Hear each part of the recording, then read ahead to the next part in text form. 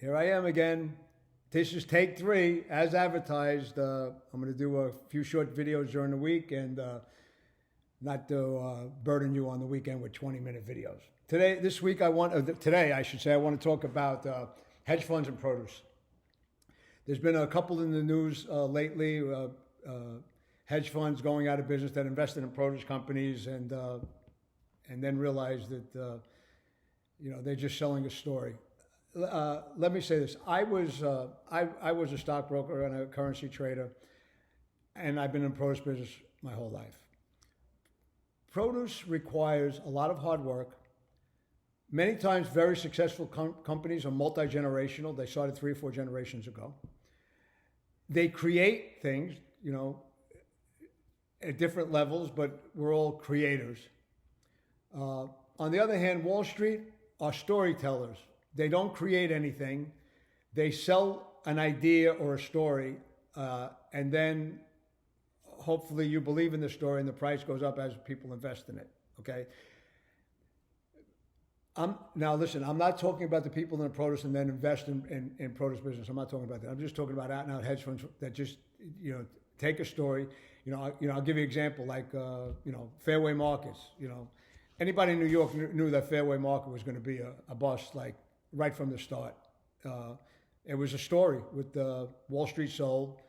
It was a stupid story, but a lot of people bought it, and then unfortunately people get hurt in the end. There's a lot of JJs, but you know the one I'm talking about. A hedge fund bought them, out of business now. People are getting hurt, can't get paid, and it's a shame that people put their trust in these companies and then they wind up getting hurt. So again, Wall Street are not creators. I'm not saying they're not hard workers, but they're not creators. And in closing, I could say there are a lot of great produce ideas out there. Unfortunately, you just want to tell the story. I'll give you an example. I mentioned this before, I constantly get calls about these tech companies that get several $1 million because they're going to fix a problem. The only problem is they think there's a problem because they're not involved in the produce business. So they're fixing something that does not exist. So again, hedge funds, stay out of produce or give it to the people that really deserve it. And just,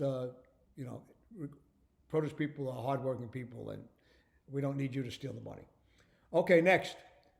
Kroger and produce first. Now, I've been saying this for years that produce, not only produce, the fresh should lead a store. What do I mean by that? People will come for fresh, in my opinion, and then buy the rest of the store.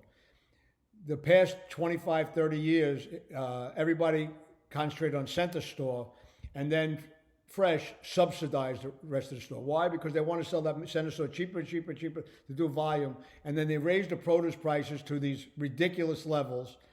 And people paid it because people like fresh. And I think that's to the detriment of the produce industry, business, farmers, consumers, and the stores themselves. So Kroger is leading with fresh. Great idea, Kroger. I'm happy for you. I'm glad to see you've seen the light. And Kroger is a national chain, and if they lead with fresh, hopefully, maybe you'll get the hint that maybe you should let center store stand on its own, and let produce and fresh stand on its own, and go with the Paul Manfrey mantra and sell produce with its natural ebb and flows. You give value to yourselves, value to consumers, value to your farmers, and that's, my friends, that's sustainable agriculture. So if you want to tell a real good story, tell a story that really works. Which I'm going to say this real fast. When you tell a story that is true, you're never going to have to eat your words in the past. Don't just tell a story because it sounds good. We went through this a few times before. So last thing I want to talk about this week is virtual reality shopping. Now, if you remember a couple of weeks ago, I said, you should have retailers should have on a laptop or on a desktop, they should have you walking down the aisle, right? So you walk down the aisle, you see orange, oh, give me 4 of those. You see on this, broccoli's on sale, and it might create an impulse sale. I just saw glasses, virtual reality glasses that they're gonna, that you could actually, go shopping with the glasses on, which I don't think that's a great idea, honestly, because what do you have to do? Spend $500 to go. Spend $500 to go shopping doesn't make any sense to me. I mean, it's a better, obviously it's better if you have those glasses on. You feel like you're there, but I don't think that's really a viable solution. So, with those things in mind, believe me, I have a lot more things to talk about this week. So maybe we'll see you tomorrow, maybe, and you let me know how you like this format. Last but not least, we had several people on a Clubhouse call yesterday. We're going to do one again tomorrow, 4 p.m. Central Time. That's Texas time, where I am.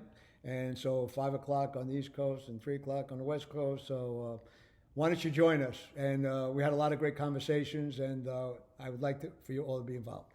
Love you, love the produce business. Probably see me in another day or two. Take care. Bye.